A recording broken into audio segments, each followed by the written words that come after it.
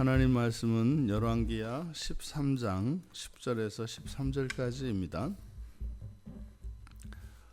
한 목소리로 함께 읽겠습니다. 유다의 왕 요아스의 제 37년에 여호아하스의 아들 요아스가 사마리아에서 이스라엘 왕이 되어 16년간 다스리며 여호와께서 보시기에 악을 행하여 이스라엘에게 범죄하게 한 느밧의 아들 여로보암의 모든 죄에서 떠나지 아니하고 그 가운데 행하였더라. 요아스의 남은 사적과 행한 모든 일과 유다 왕 아마샤와 싸운 그의 업적은 이스라엘 왕 역대지략에 기록되지 아니하였느냐. 요아스가 그의 조상들과 함께 참에 이스라엘 왕들과 함께 사마리아에 장사되고 여로보암이 그 자리에 앉으니라. 아멘. 북이스라엘의 왕 요아스의 그 왕직에 대해서 그 시작부터 끝까지 전체의 생애를 요약하고 있습니다. 남쪽 유다 왕 요아스 제 37년에 동명이인 똑같은 이름을 가진 그 요아스라고 하는 또 다른 사람이 북쪽 이스라엘의 왕으로 취임합니다. 그가 왕이 되어서 16년간 이스라엘을 다스렸고, 그런데 북이스라엘의 모든 왕들의 공통점이 이제 우상에서 느밧의 아들 여로보암의 죄에서 떠나지 않는 겁니다. 그래서 북이스라엘은 이 우상에서 떠나지 않는 이것이 북이스라엘의 특징입니다. 그래서 그의 행적은 이스라엘 왕 역대지략에 기록되었고, 그가 죽고 장사되고 여로보암이 그 자리에 앉았다. 이제 이 여로보암은 이제 여로보암 2세입니다. 그 가문은 아니죠, 그죠? 근데 지금 이 10절에서 13절까지의 이 내용은 사실은 14장에 가서도 다시 한번 반복이 되는데, 이건 원래 이제 12절, 13절 이 내용은 끝에 가서 나와야 합니다. 그래서 모든 걸 마치고 마지막에 나오는 이야기가 이 요아스 왕을 소개하는 이 글에서 글이 맨 앞에 이렇게 위치합니다. 그러니까 매우 이거는 뭐 독특한 경우이고 이례적인 경우입니다. 왜 열왕기 저자가 이것을 여기다 이렇게 배치했을까? 학자들에 따라서는 뭐 이것이 뭐 편집에서 뭐 잘못됐고 여러 가지 이제 평범하지 않긴 일반적이지 않기 때문에 이것을 이제 왜 이랬을까? 거기에 대해서 여러 가지 의견이 분분합니다. 그런데 저는 이 본문을 이렇게 그의 치적들을 이야기하기에 앞서 그의 끝의 평가, 최종적인 평가를 이야기하고 있는 이 열왕기 저자의 이런 기록 방식, 이게 뭘까? 이것은 마치 이 글을 읽는 우리들이 그 끝, 요아스 왕의 그 끝이 어떤지를 알고, 그리고 그의 인생, 그의 치적들을 보게 하려고 하는 의도인 것 같습니다. 그러니까 우리가 그 끝을 모르고 그 내용을 읽는 것과 끝을 알고 그 내용을 읽는 것은 여러 가지 우리들에게 다른 의미를 줍니다. 그러니까 마치 이 종말, 이미 확정된 그런 종말, 그 종말을 두고 살아가는 우리들. 지금 북이스라엘의 왕조의 특징은 뭐라고요? 여로보암의 죄에서 떠나지 않는 것이라 했습니다. 그러니까 그 틀, 끝내 여로보암의 죄에서 떠나지 아니하였더라 라고 하는 굴레 씌워진 것 같은 운명과 같은 북이스라엘의 모든 왕조의 그 왕들의 운명과 같은 그것을 요아스에게도 보여주는 겁니다. 그래서 앞으로 이러저러한 치적들이 이렇게 있을 것인데, 그것들이 맨 끝에 종말로 어떻게 연결이 되고 있는가, 그것을 보도록 의도하고 있는 것 같다 이 말입니다. 우리들의 미래는 확정되어 있습니다. 그것이 무엇이냐면 심판과 구원입니다. 그것은 어느 누구도 거스를 수가 없습니다.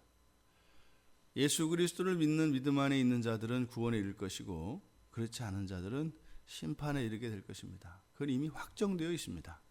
북이스라엘의 모든 왕들이 여로보암의 죄에서 떠나지 못했던 것처럼 이 세상의 모든 인류의 미래는 심판으로 지옥으로 떨어지는 그렇게 확정된 미래를 가지고 살아왔습니다.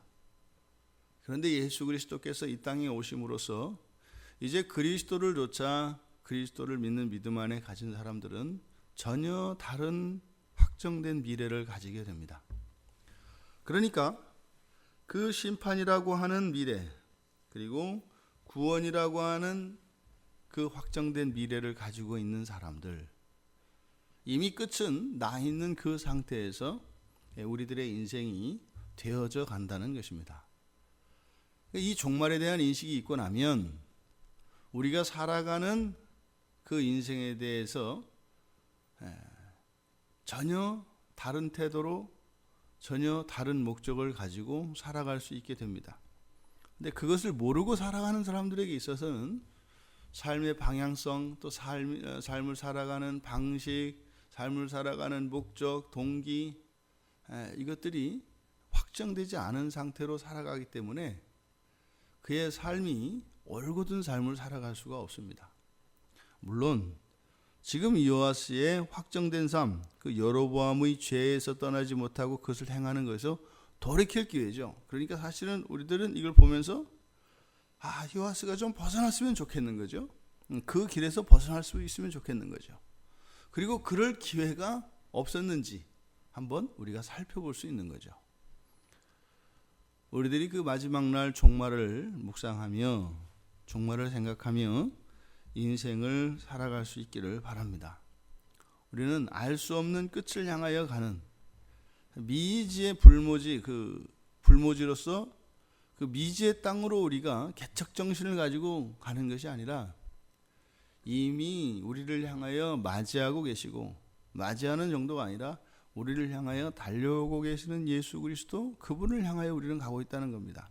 한 점에서 만날 겁니다. 그리스도께서 오시고 우리가 그리스도를 향하여 갈 텐데 한 점에서 만나는 겁니다. 우리의 인생의 목적은 무엇이에요? 주님을 만나는 것입니다. 주님을 만난다고 하는 의미에는 여러 가지 의미가 있을 수 있습니다. 단지 빨리 죽는 거다 이런 개념이 아니죠. 주님과 만나는 그 시간은 우리가 주님의 신부로 준비가 되어져 있을 것이고, 또 이 세상을 향하신 하나님의 구원이 이룰 수 있는 때가 되어진 것이겠고, 모든 것이 일치하는 순간이 되겠죠. 우리들은 지금 나는 어디에 속해 있을까? 나의 종말. 과연 이 요아스와 마찬가지로 여로보암의 죄에서 떠나지 않고 그 가운데 행하였더라 하는 사람인가? 이것은 바꿔 말해서 무엇이에요?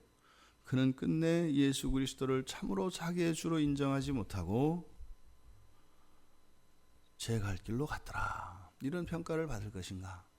아니면 그는 그리스도의 품에 안겼더라, 이런 평가를 내릴 것인가? 우리들 각자의 미래에 대해서 생각을 해봐야 합니다. 그래서요, 자기가 믿는 대로 살면 돼요. 문제는 믿는 대로 살지 않는다는 겁니다. 그러니까 혼란스러워요. 만약에 내가 심판 아래 있는 사람이라고 하는 확신이 있으면 심판 아래 있는 사람으로 살아가는 겁니다. 구원 아래 있다면 구원 아래 있는 사람으로 살아가는 겁니다. 두려워할 거 없습니다. 자기 믿음대로 살면 돼요. 그런데 믿음과 삶이 다른 두 갈래의 삶을 살아가려고 하니 이게 도대체 알 수가 없는 겁니다. 믿음대로 살아갈 수 있는 우리 모두가 되길 바랍니다. 심판 아래 있는 경우 그리고 구원 아래 있는 경우 두 가지 경우가 있지 않습니까? 그러니까 이 두 가지의 경우에 또 각각 두 가지 경우의 수가 있을 수 있어요. 심판은 심판대로, 구원은 구원대로. 그러니까 심판에 속한 경우에 있는 경우라 하더라도 나는 심판 아래 있다. 이렇게 믿는 사람이 그 심판 아래 있는 것을 뭐 만족할 수도 있고 만족하지 않을 수 있습니다. 만족한다는 것은 뭐예요? 괜찮다는 거죠. 내가 그리스도 안에 있지 않아. 상관없어. 예, 그럼 그렇게 살아가라는 겁니다. 괜히 그리스도 때문에 방해받지 말고 그냥 이 세상 후회 없이 즐기면서 그렇게 탐닉하면서 살아가면 됩니다. 수단 방법 가리지 말고 힘껏 사는 게 좋습니다. 왜요? 인생이 그렇게 길지 않습니다. 그리고 늙어지면 힘도 없어서 그런 즐거움을 누릴 수도 없습니다. 반드시 끝이 있어요. 심판은 없어도 죽을 것이기 때문에 끝이 있습니다. 그러니까 심판에 있는 경우 괜찮다. 그러면 정말로 열렬하게 살다가 그렇게 산화하면 됩니다. 근데 그게 마음에 안 든다. 내가 심판 아래 있다는 게 마음에 안 든다. 그럼 어떻게 해야 돼요? 예수 그리스도께 나오는 겁니다. 투정하지 말고 그리스도께 그냥 매달리는 겁니다. 반대로 구원에 속한 경우 이것도 마찬가지겠죠. 내가 예수 그리스도 안에 있다. 내가 구원받았다. 그게 좋으면 그러면 성경에서 말씀하는 대로 그 구원을 살아가면 돼요. 그 구원을 살아가는 겁니다. 그게 답니다. 구원을 살아간다고 하는 것은 성령을 의지하고 주님을 의지하고 그렇게 살아가는 겁니다. 실패하지 않고 만사 형통하고 원하는 대로 돼. 그게 아닙니다. 구원을 살아간다는 것은 하나님을 의지하고 그 하나님을 바라보고 살아가는 것. 그러니까 우리 주 예수 그리스도를 따라 살아가는 것. 그게 구원을 살아가는 겁니다. 그러니까 더도 덜도 아니에요. 그냥 그렇게 살아가는 겁니다. 어려우면 견디는 거고요. 도저히 할 수 없을 것 같으면 앉아서 우는 거고요. 그리고 외치는 거고요. 그게 구원을 살아가는 겁니다. 아주 인간적인 거죠. 그런데 그게 마음에 안 들어. 내가 예수 안에 있다는 게 마음에 안 들어. 내가 믿긴 믿는 것 같아. 근데 사는 건 내 마음대로 살고 싶어. 삶은 자기의 삶의 방식을 고집하고 또 내가 믿음을 가지고 있고 이런 사람이 있다면 구원에 속한 경우는 떠날 수가 없어요. 심판에 속한 경우에는 구원으로 돌이킬 수가 있습니다. 그런데 구원에 속한 경우는 떠날 수가 없어요.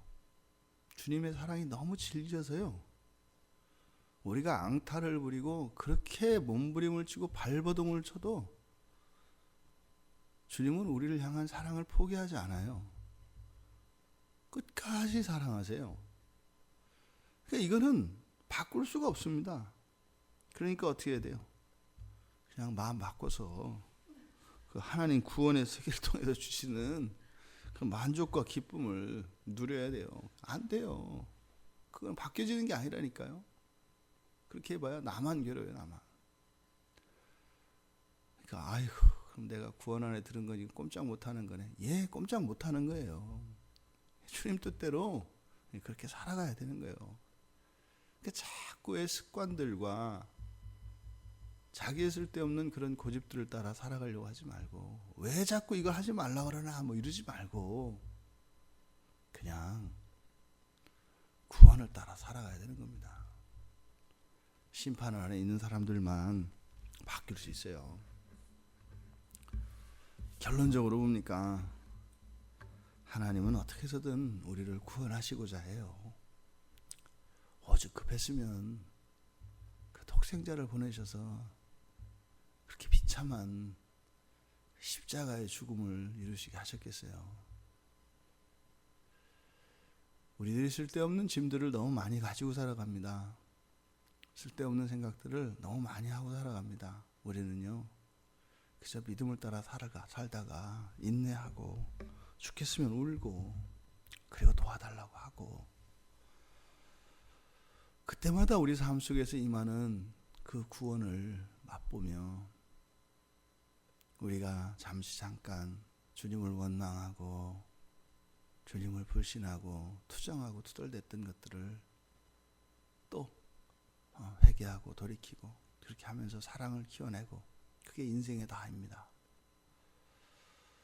불편이나 어려움을 두려워하지 마십시오. 우리들에게 다 약이 될 것이고 우리들에게 꼭 필요한 것들입니다. 단지 하나님 이 시간들을 잘 기다리고 인내할 수 있도록 힘을 주십시오. 그래서 그 어려움의 순간들을 불행한 시간으로, 고통스러운 순간들로 그렇게 지낼 것이 아니라 오히려 그 시간을 하나님을 더욱 사랑하고 우리의 신앙을 더욱 순결하게 바꿀 수 있는 은혜의 기회로 바꿀 수 있는 우리 모두가 되길 바랍니다. 우리는 우리의 끝을 이미 아는 사람들입니다. 그 믿음을 따라 살아가는 일에 때로는 두렵기도 하고 염려도 있지요. 하지만 우리가 구원 아래 있는 사람들로서 그 구원을 누리며 그렇게 살아갈 수 있는 우리 모두가 되기를 주님의 이름으로 축원합니다. 하나님, 이 세상의 모든 죄인들이 돌이키기를 원하시는 주님, 한 나라의 왕으로 살아가며 끝까지 자기의 죄에서 돌이키지 않고 그 사망의 길을 향하여 나아가는 한 왕을 통하여 저희들의 삶을 보여주시는 주님의 은혜를 감사합니다.